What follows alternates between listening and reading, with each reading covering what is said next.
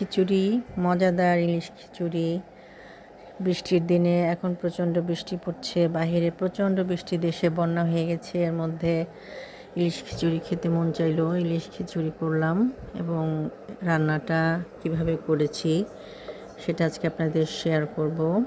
ইলিশ খিচুড়ি সবাই খেতে পছন্দ করে, নর্মাল খিচুড়িও সবাই খুব পছন্দ করে। তো আমি এখানে প্রায় দেড় বা সোয়া কেজি 1.5 কেজি ওজনের ইলিশ মাছ নিয়েছি। ইলিশ মাছটা মোটামুটি বড় আছে, তাই একটা ইলিশ মাছ পুরোটা দিয়েই আমি খিচুড়িটা রান্না করব। প্রথমে মুগ ডাল ভেজে নিয়েছি।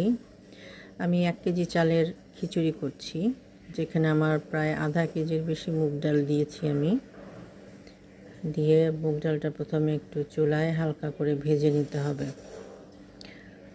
মুগ ডালটা ভেজে তারপর ঠান্ডা করে নিতে হবে। তা মুগ ডালটা একটু হালকা একটু লাল করে ভেজেছি, বেশি ভাজলে কালো হয়ে যাবে। তা হালকা বাদামি করে ভেজে নিয়েছি। ওইদিকে ইলিশ মাছ কাটাকুটা চলছে, মানে ইলিশ মাছটা কিন্তু কাটা হচ্ছে, আর এদিকে আমার ডাল চালের প্রিপারেশন চলছে। তো ইলিশ মাছটা কাটা হয়ে গিয়েছে, দেখুন ইলিশ মাছটা কাটার পর এই মাছের পিসগুলো এরকম হয়েছে। মাছগুলো বড় বড় করে রেখেছি, মাঝখানে কোলের পিস গাদার পিস এভাবে করে করিনি, পুরো বড় করে করেছি। তো এখন আমি ডালটা ধুয়ে নিব। মুগ ডালটা ধুয়ে ভালো করে ধুয়ে এটা পানি দিয়ে ভিজিয়ে রাখবো বেশ কিছুক্ষণ, মানে আধা ঘন্টারও বেশি আমি ডালটা ঘন্টার জন্য পানি দিয়ে ভিজিয়ে রাখবো। ডালটা ভিজে ফুলে নরম হবে, যেহেতু মুগ ডাল একটু শক্ত শক্ত থাকে, এটা সিদ্ধ হতে সময় লাগবে। আর পোলার চালটা তাড়াতাড়ি সিদ্ধ হয়ে যায়, এই কারণে ডালটা ভিজিয়ে রাখা।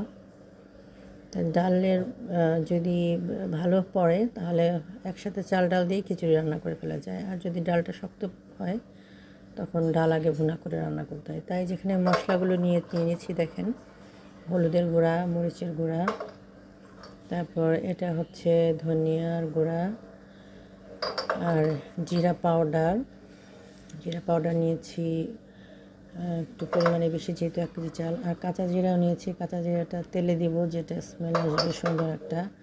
আর এটা হচ্ছে বাটা জিরা, ইলিশ মাছে কিন্তু বাটা জিরা ইউজ করতে হয় বেশি পরিমাণে। আর কাঁচামরিচটা মেইন টেস্ট আনবে ইলিশ মাছে। পরিমাণ মতো লবণ, যা দরকার সেটা। আর আদা বাটাও আছে পাশে, ওটা আর দেখায়নি, আদা বাটাটাও শেষে দিব। তাই দেখুন ইলিশ মাছ এই কয়টা পিস দিয়ে আমি এখন মাছটা রান্না করব, খিচুড়িটা রান্না করব। তা প্রথমে বড় একটা হাঁড়িতে বেশ অনেকটা সরিষার তেল নিয়েছি, কারণ ইলিশ খিচুড়ির সরিষার তেলের গন্ধটাই হচ্ছে আসল। ইলিশের মধ্যে সরিষার তেলের একটা গন্ধ থাকবে। এভাবে করে আমি এভাবে করে রান্না করতে হয় আর কি, যেটা টেস্ট বাড়ায়। এরপর পেঁয়াজ দিয়ে দিলাম তেলের ভিতরে, তেলটা কিছুটা গরম করে তেলে আমি পেঁয়াজ দিয়ে দিয়েছি। আমি কিন্তু কোনো ইলিশ খিচুড়িতে গরম মশলা ব্যবহার করিনি, কারণ গরম মশলাতে ইলিশের যে একটা আলাদা ফ্লেভার থাকে সেটা চলে যাবে। ইলিশের ফ্লেভারটা যাতে খিচুড়ির ভিতরে থেকে যায়। এবার রসুন কুচি দিয়েছি, প্রথমে পেঁয়াজ দেওয়ার পর রসুন কুচি দিয়েছি। আমি কিন্তু কোনো বাটা রসুন ব্যবহার করিনি। ইলিশ খিচুড়িতে বাটা রসুন ব্যবহার করলেও কিন্তু ইলিশের গন্ধটা থাকবে না, চলে যাবে। এর জন্য বাটা রসুন ইউজ করব, কুচি রসুন ইউজ করব। কুচি রসুন পেঁয়াজ একসাথে ভালো করে ভাজা হচ্ছে। ভাজতে ভাজতে যখন পেঁয়াজটা লাল হয়ে আসবে, তার ভিতরে কাঁচা জিরা যেটা ছিল সেটা ঢেলে ভাজা ভাজা করতে হবে। কাঁচা জিরাটা তেলে ভেজে নিব। কাঁচা জিরাটা তেলে ভাজলে জিরার একটা ফ্লেভার আসবে, মানে বাটা জিরা যেটা সেটা দিয়েছিলাম, দিয়ে এখন পানি দিয়ে দিলাম, মশলাটা কষবে। পানিতে পেঁয়াজ রসুন জিরা বাটাটা এখন সিদ্ধ হচ্ছে। এবার লবণ সম্পূর্ণ যেটা মাপ মতো আমি নিয়েছিলাম পুরোটাই দিয়ে দিলাম। দিয়ে দেওয়ার পর এখন হলুদের গুঁড়া দিয়ে দিচ্ছি। হলুদের গুঁড়া পরিমাণ মতো মেপে নিয়েছিলাম। মরিচের গুঁড়া, এখানে জিরা পাউডারটা দিয়ে দিলাম, ধনিয়ার গুঁড়া একটু দিয়েছি, সেটাও দিলাম, কাঁচা জিরা কিছুটা দিব, আস্ত জিরা আর কি, দিয়ে তারপর এখন মশলাটা ভালো করে কষিয়ে নেব। তা মশলাটা সুন্দর মতো কষছে।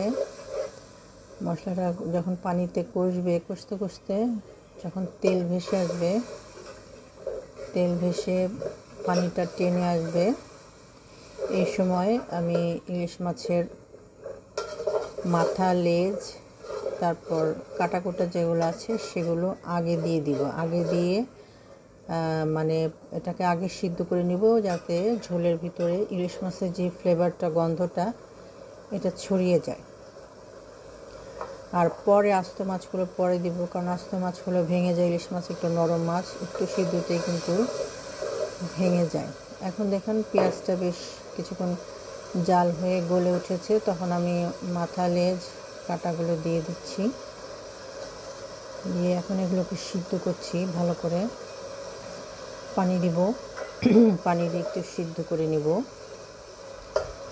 তা যখন মাথাটা একটু সিদ্ধ হয়ে আসবে, ওই সময় আমি ঝোলের পানিটা ঢেলে দিব, মানে মাছের যেই পানি দিয়ে মাছটা সিদ্ধ হবে সেই পানিটা দিয়ে দিয়েছি। তা এখন নেড়ে নেড়ে দিচ্ছি বারবার, যাতে তলে ধরে না যায়, আশেপাশের মশলাগুলো যাতে পুড়ে না যায়। বেশ জোরে জালেই রান্না হচ্ছে। এবার একে একে মাছের বড় বড় পিসগুলো দিয়ে দিচ্ছি। মাছটা সবগুলো দেওয়া হয়ে গেলে, মাছের যখন একটা সাইড সিদ্ধ হয়ে যাবে, তখন কিন্তু মাছগুলোকে উল্টিয়ে দিব। তা এখন আপাতত মাছের একটা সাইড ভালো করে সিদ্ধ হচ্ছে এবং তেল মশলা ঢুকছে। তা এখন মাছটা ভালো করে জাল হচ্ছে। যেহেতু খিচুড়ির মাছটা প্রথমে অনেক আছে হালকা একটু সিদ্ধ করেই তুলে ফেলে, ওতে কিন্তু পরে যে খিচুড়ি খেতে গেলে মাছটা একটু শক্ত শক্ত হয়ে যায়। আর মাছটা যদি প্রথমেই ভালো করে সিদ্ধ করে নেওয়া যায়, তাহলে আর শক্ত শক্ত লাগে না। তা আমি ভালো করে সিদ্ধ করে নিচ্ছি। তা আমি আরও পানি দিয়ে দিয়েছি। পানি দিয়ে যখন আগের ঝোলটা টেনে গিয়েছিল, তখন আরও পানি দিয়েছি। দিয়ে এখন আমি মাছগুলো উল্টিয়ে দিচ্ছি। প্রত্যেকটা মাছ একে একে উল্টিয়ে দিব। মাছগুলো উল্টিয়ে আবারও সিদ্ধ হচ্ছে। সিদ্ধ হয়ে আরও পানি দিয়েছিলাম, দিয়ে মাছটা একদম ভালো করে সিদ্ধ করে নিচ্ছি।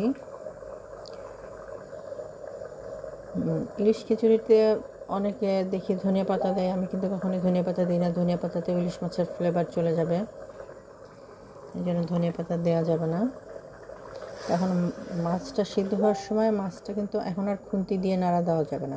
খুন্তি দিয়ে নাড়তে গেলে মাছটা ভেঙে যাবে, এই জন্য তাকে একটু ঘুরিয়ে ঘুরিয়ে ঘুরিয়ে ঘুরিয়ে মাছটাকে নাড়তে হবে। পাতিলে ধরে একটু ঘুরিয়ে দিলেই হবে। কাঁচামরিচ দিয়ে দিলাম, কাঁচামরিচটা ঝোলের ভিতরে দিয়ে ঢেকে দিলাম। ঢেকে দিলে মাছের ফ্লেভারটা বের হবে। এখন ঢাকনা খুলে এই মাছের অবস্থা দেখুন। এরপর মাছটা সিদ্ধ হয়ে এসেছে। এখন আমি মাছগুলো তুলে নিচ্ছি একটা একটা করে। আমি কিন্তু মাথা, লেজ, কাটাগুলো তুলব না, অনলি শুধু মাছের পিসগুলো তুলে নিব। মাছের পিস একটা একটা করে তুলে একটা প্লেটে বেড়ে নিচ্ছি। ঝোলগুলো থাকবে। ঝোলটা আমি আসলে চাল ডালের মধ্যে ব্যবহার করব। এটা পুরোটাই চাল ডালের ভিতরে যাবে, আর শুধু মাছটা উঠে আসবে, আর এর সাথে কোনো ঝোল আমি রাখছি না। এখন মাছটা আমি এক সাইডে পাশে রেখে দিব, প্লেটটা রেখে দিয়ে ঝোলটা নেড়ে চেড়ে তলা নিতে ধরে গিয়েছে, এখানে একটু নেড়ে চেড়ে দেখলাম। মাথা, লেজ সবই ঝোলের মধ্যে রয়ে গিয়েছে। এতে ঝোলের ভিতরে যে ইলিশ মাছের গন্ধ সেটা কিন্তু ছড়িয়ে যাচ্ছে। এখন আমি ধোয়া চাল ডাল লাগিয়ে রেখেছিলাম, সেই ধোয়া চাল ডাল দিয়ে দিচ্ছি। এখানে 1 কেজি চাল, আধা কেজির উপরে ডাল আছে। ডাল পরিমাণে বেশি দিয়েছি। দিয়ে বেশ অনেকটা খিচুড়ি রান্না হবে। এখন চাল ডালগুলো সুন্দর করে নেড়ে একটু ভাজা ভাজা করে নিব। করে ইলিশ মাছের ডিম হয়েছিল সামান্য একটু, ডিমটাও কিন্তু আমি মানে ভুনার মধ্যে দিয়ে দিয়েছি। এটা আসলে দেখাতে স্কিপ হয়ে গিয়েছে আর কি। যাই হোক, এখন চাল ডাল সিদ্ধ হচ্ছে, আরও পানি বেশি দিয়েছিলাম, দিয়ে একসাথে খিচুড়িটা সিদ্ধ করে নিয়েছি। খিচুড়িটা হয়ে যাচ্ছে, আর একটু হবে। এখানে চাল ডাল একসাথে মনে হচ্ছে যে পুরোটা সিদ্ধ হয়নি, এখনও বাকি আছে, আরও পানি দিতে হবে। আরও পানি দিয়ে আরও সিদ্ধ করে নিব। নিয়ে দেখুন চাল ডাল প্রায় যখন ভালো মতো সিদ্ধ হয়ে এসেছে, তখন আমি কাঁচা সরিষার তেল উপরে একটু দিয়ে দিয়েছি। কাঁচা সরিষার তেলের যে ফ্লেভার, এই ফ্লেভারটা পুরা খিচুড়ির ভিতরে ছড়িয়ে যাবে। পুরা খিচুড়িটা আর ভিতরে সরিষার তেলে ছড়িয়ে থাকবে গন্ধটা, এবং গন্ধে খিচুড়িটা ভালো লাগবে। উল্টে পাল্টে দিচ্ছি, খিচুড়িটা ভালো করে উল্টে পাল্টে দিচ্ছি। হ্যাঁ, এখন আমি একটু দমে দিয়েছিলাম, এইবার দেখলাম যে চাল ডাল সিদ্ধ হয়ে গেছে। এখন মাছটা আমি উপরে দিয়ে দিলাম একটা একটা করে, দিয়ে তারপর প্লেটে যেই বাকি ঝোলটা ছিল সেই ঝোলটাও আমি খিচুড়ির উপরে ছড়িয়ে দিয়েছি। তো ছড়িয়ে দেওয়ার পর আমি একটু দমে দিয়েছিলাম। দমে দেওয়ার পর এটাই কিন্তু ইলিশ খিচুড়ি রান্না শেষ হয়ে গেছে। এভাবেই কিন্তু পরিবেশন করা যায় বা খাওয়া যায়। কিন্তু পরে আমার মনে হলো যে ভিতরে আসলে মাছটা ভিতরে, চালের ভিতরে না দিলে একটা যে মাছটা যে সিদ্ধ হওয়া, একটা দমে ভাপে সিদ্ধ হওয়া, ওইটা হবে না। তো ওটা চিন্তা করে আমি আবার মাছগুলো তুলে নিয়েছিলাম। নিয়ে এখন চালটা একটা বড় প্লেটে তুলে নিচ্ছি। তুলে নিয়ে অর্ধেকটার বেশি চাল আমি এখান থেকে তুলে নিব। তুলে নিয়ে নিচের দিকে কিছুটা খিচুড়ি রাখবো, রেখে এবং তার মাঝখানে আমি মাছগুলো একটা একটা করে দিব। তো এখন অর্ধেকটার বেশি খিচুড়ি আমি তুলে নিয়েছি। নিয়ে এই খিচুড়িটাকে এখন আমি চারপাশে সমান করে ছড়িয়ে দিয়েছি। ভালো করে সমান করে ছড়িয়ে দিয়ে এরপর একটা একটা করে মাছ খিচুড়ির ঠিক মধ্যখানে দিয়ে দিচ্ছি। মাছগুলো একটা একটা করে বিছিয়ে দিলাম। এবার প্লেটে তুলে রাখা সেই বাকি খিচুড়িটা এটা আমি উপর দিয়ে ছেড়ে দিয়েছি। উপর দিয়ে ছেড়ে দিলাম। তো এখানে চাল খিচুড়িটাকে আমি এখন একদম সমান করে উপর দিয়ে মানে চেপে চেপে চেপে চেপে দমে দিচ্ছি। দমে যেভাবে দেয় সেভাবে প্রত্যেকটা চালকে একদম সমান করে বিছিয়ে দিচ্ছি। তা এখন ঢাকনা দিয়ে আমি সুন্দর করে দমে দেবো। আর নিচে কিন্তু একটা তাওয়া দেওয়া আছে যাতে খিচুড়িটা তলানিতে ধরে না যায়। এখন সুন্দর মতো দম হচ্ছে, বেশ 20-25 মিনিট দম হয়েছে। দম হওয়ার পরে খিচুড়িটা আমি বাড়বো। খিচুড়িটা এবার খুব সাবধানে বাড়তে হবে, কারণ মাছটা যেহেতু সিদ্ধ করা এবং চাল ডালের ভিতরে মাছটা রয়েছে, বেড়ে ওঠানোর সময় কিন্তু মাছটা যে কোনো সময় ভেঙে যেতে পারে। এর জন্য আস্তে আস্তে আমি উপরের চালটা কিছুটা একটা প্লেটে বেড়ে নিয়েছি। তা ওই যে একটা মাছের কিছুটা অংশ ভেঙে চলে আসছিলো, পরে বুঝলাম যে এটা এখানে মাছ আছে, এখন আর সাবধানে তুলতে হবে। তো এখন আমি প্লেটে আস্তে করে একটা মাছ তুলে নিব। তা এটা একজনকে বেড়ে দিব, সে খাবে। আর বাকি মাছগুলো আমি আরও একটা বড় প্লেটে বেড়ে আপনাদেরকে পরিবেশন করে দেখাবো যে খিচুড়িটা কেমন হয়েছে। ইলিশ খিচুড়ি কিন্তু খুব একটা মজার খাবার, যেটা বৃষ্টির দিনে খেতে ভালো লাগে। এমন কেউ নেই যারা খিচুড়ি পছন্দ করেন না, খিচুড়ি লাভার সবাই আছেন। তা দেখেন খিচুড়ি আমি আরেকটা প্লেটে বেড়ে নিয়েছি। এটার লাস্টের যে লুকটা, কাঁচা পেঁয়াজ দিয়ে শসা দিয়ে খিচুড়িটা এখন মজা করে খাবো। তা প্রত্যেকটা মাছই আমি কয়েকটা মাছ আমি এখানে একটা প্লেটে বেড়ে পরিবেশন করে দেখালাম। এটা দেখুন, এটা খেতে খুব সুস্বাদু হয়েছিল, মানে খেতে খুবই মজা হয়েছিল। যাই হোক, ভিডিওতে তো আপনাদের খাইয়ে দেখাতে পারছি না, কিন্তু আসলে খুব মজার ছিল। আর খিচুড়ির সাথে